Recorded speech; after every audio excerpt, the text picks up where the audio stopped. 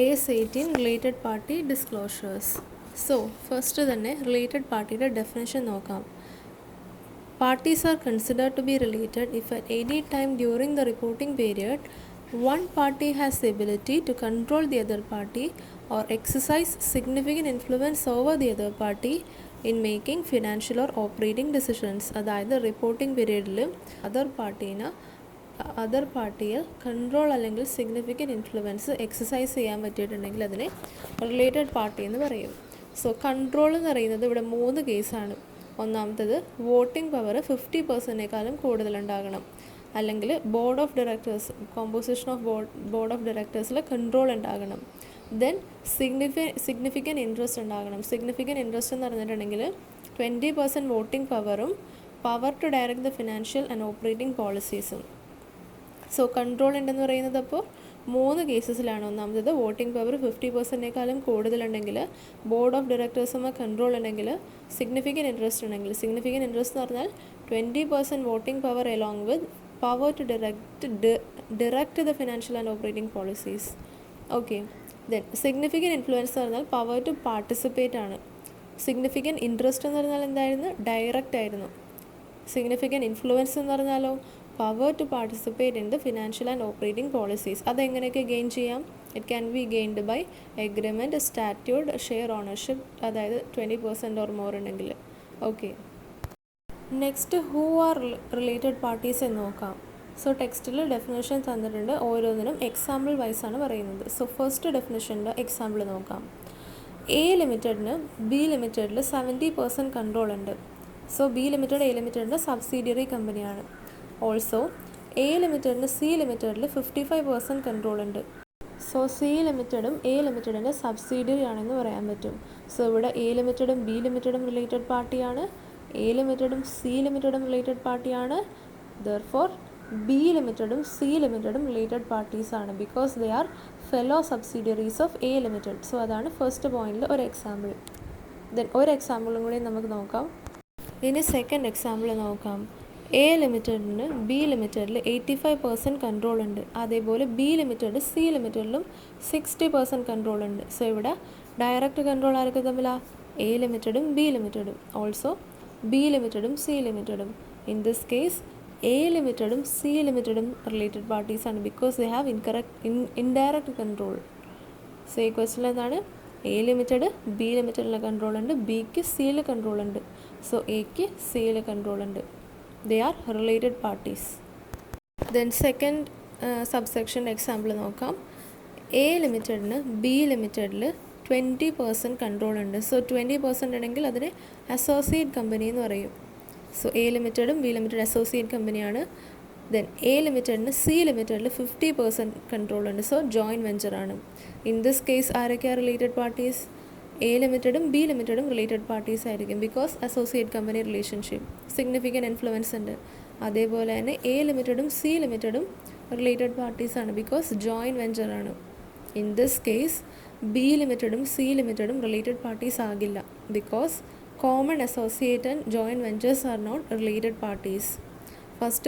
First സബ്സെക്ഷനിൽ നമ്മൾ example പറഞ്ഞപ്പോൾ ദേ ആർ കമ്പനീസ്, സബ്സിഡിയറീസ് ആണ്, ഫെല്ലോ സബ്സിഡിയറീസ് ആയതുകൊണ്ട് റിലേറ്റഡ് പാർട്ടീസാണ്. ഈ ക്വസ്റ്റനിൽ അസോസിയേറ്റ്സ് ആണെങ്കിലോ, ഇപ്പോൾ 2 കമ്പനി അസോസിയേറ്റ്സ് ആണെങ്കിലോ, അല്ലെങ്കിൽ 2 ജോയിൻറ്റ് വെഞ്ചേഴ്സ് ആണെങ്കിലോ, ഒരു ജോയിൻറ്റ് വെഞ്ചർ ഒരു അസോസിയേറ്റ് ആണെങ്കിലോ അങ്ങനെയൊന്നും റിലേറ്റഡ് പാർട്ടീസ് ആകില്ല.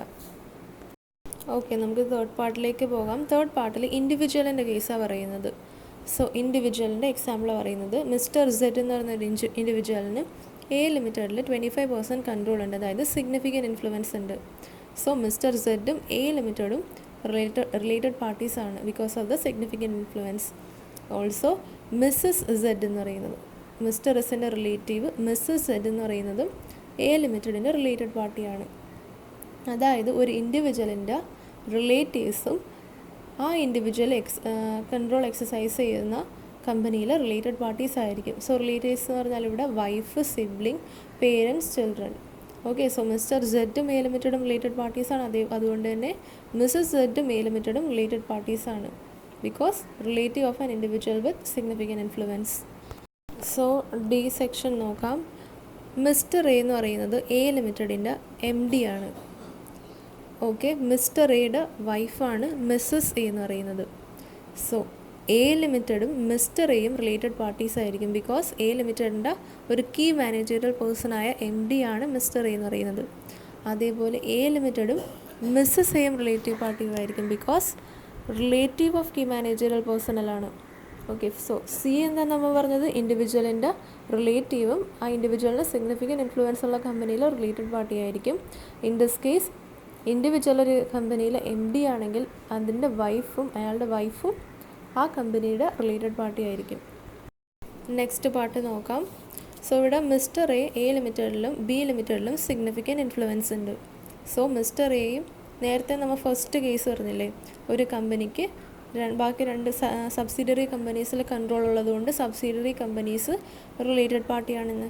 അതേപോലെ തന്നെ ഇവിടെ ഒരു ഇൻഡിവിജ്വലിന് എ ലിമിറ്റഡിലും ബി ലിമിറ്റഡിലും സിഗ്നിഫിക്കൻറ്റ് ഇൻഫ്ലുവൻസ് ഉണ്ട്. സോ ആ കമ്പനീസ് തമ്മിലും റിലേറ്റഡ് പാർട്ടീസ് ആയിരിക്കും. ബിക്കോസ് സെയിം ഇൻഡിവിജ്വൽ അല്ലെങ്കിൽ സെയിം കീ മാനേജറിയൽ പേഴ്സണിൽ കൺട്രോൾ ചെയ്യുന്നതുകൊണ്ട്. So in this case mister A and A limited is related party, mister A and B limited is related party. Therefore A limited and B limited is related party because they are controlled by the same individual or key managerial personnel. Then second example, mister A ലിമിറ്റഡിൻ്റെ managing ഡയറക്ടറാണ്. Also mister എക്ക് B ലിമിറ്റഡിൽ 57% control ഉണ്ട്. So mister എക്ക് A ലിമിറ്റഡിലും B ലിമിറ്റഡിലും control ഉണ്ട്. അപ്പോൾ ഇവിടെ എ ലിമിറ്റഡും ബി ലിമിറ്റഡും റിലേറ്റഡ് പാർട്ടീസ് ആയിരിക്കും. So mister A and A limited related party, mister A and B limited related party, then A limited and B limited will also be related party because it is controlled by the same person. Okay, next topic എന്ന് പറയുന്നത് parties not deemed to be related parties. So നമ്മൾ ഇത്രയും നേരം ആരൊക്കെ തമ്മിൽ related parties ആണെന്ന് പഠിച്ചു. ഇനി parties deemed not to be related parties. So first one, 2 companies simply because they have a director in common unless the director is able to affect the policies of both the companies in their mutual dealings. So 2 കമ്പനീസിന് just because അവരുടെ directors common ആണെങ്കിൽ, okay, ഡയറക്ടർക്ക് significant പോളിസീസിൽ 2 കമ്പനീസിലെയും പോളിസീസിൽ significant ഡിസിഷൻസിൽ affect ചെയ്യാൻ പറ്റുമെങ്കിൽ അത് related പാർട്ടിയാണ്. പക്ഷേ just because director common ഉണ്ടെന്ന് പറഞ്ഞ് അവർ റിലേറ്റഡ് പാർട്ടീസ് ആകില്ല. ഓക്കെ, ദെൻ സെക്കൻഡ് പോയിന്റ് എന്ന് പറയുന്നത് single customer, supplier, franchiser, distributor or region with whom an enterprise transact a significant volume of business merely by virtue of the resulting economic dependence. So ഒരു single customer, ഒരു കമ്പനിക്ക് single കസ്റ്റമറോ single സപ്ലയറോ ഫ്രാഞ്ചൈസറോ ഡിസ്ട്രിബ്യൂട്ടറോ ഉണ്ടെങ്കിൽ അവരായിട്ട് നടത്തുന്ന ഒരു വലിയ എമൗണ്ട് ഓഫ് ട്രാൻസാക്ഷൻസ് ആണെങ്കിൽ പോലും അവർ റിലേറ്റഡ് പാർട്ടീസ് അല്ല. Okay, then third point, parties listed below in the course of normal dealings, providers of finance, trade unions, public utilities, government department and government agencies including government sponsored bodies.